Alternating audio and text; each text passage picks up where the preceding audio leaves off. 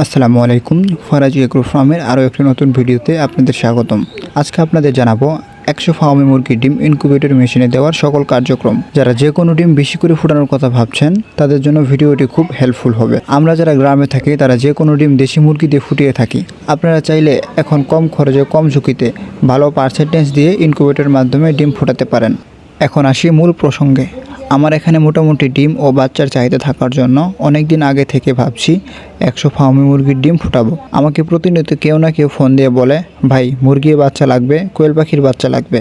আমার incubator machine না থাকার জন্য পরিচিত ভাইয়ের ইনকিউবেটর মেশিনে ডিমগুলো ফোটানোর জন্য দিয়ে আসলাম। এখান থেকে কিছু বাচ্চা আমি পালবো, কিছু আগের থেকেই বুকিং দেওয়া আছে। আপনারা চাইলে এখনও বুকিং দিতে পারেন। আমরা চলে আসলাম ভাইটির বাড়িতে। আসার সাথে অনেকে জিজ্ঞেস করছে, ভাই কী ডিম নিয়ে এসেছেন? এখানে অনেক কিছু আছে, অল্প জায়গাতে অনেক কিছু রাখার ব্যবস্থা করেছেন তিনি। তো আমরা চলে আসলাম কাঙ্ক্ষিত সেই মেশিনটির কাছে।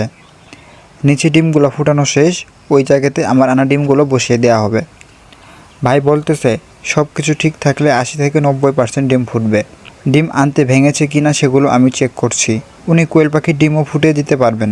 ইনকিউবেটরে ডিম বসানো শেষ। ভাইকে বললাম, আপনার খামারে কী আছে আমাদের একটু ঘুরিয়ে দেখান। হাঁস, কবুতর, টাইগার মুরগি, দেশি মুরগি এবং মাছ চাষ করে থাকেন তিনি। মাশাআল্লাহ, মুরগি এবং মাছ রাখার ব্যবস্থাটা খুব সুন্দর হয়েছে। পুকুরের ওপরে মাচা পদ্ধতিতে মুরগি পালন করলে মাছকে খাবার দিতে হয় না। উনি কিভাবে নিচে মাছ এবং উপরে মুরগি পালন করছেন সেটা দেখতে চলে আসলাম। যাদের বাচ্চা দরকার তারা এখনও বুকিং করতে পারবেন, অথবা আরও বিস্তারিত জানতে স্ক্রিনে দেওয়া নাম্বারে ফোন করুন। আজকের ভিডিও এই পর্যন্তই।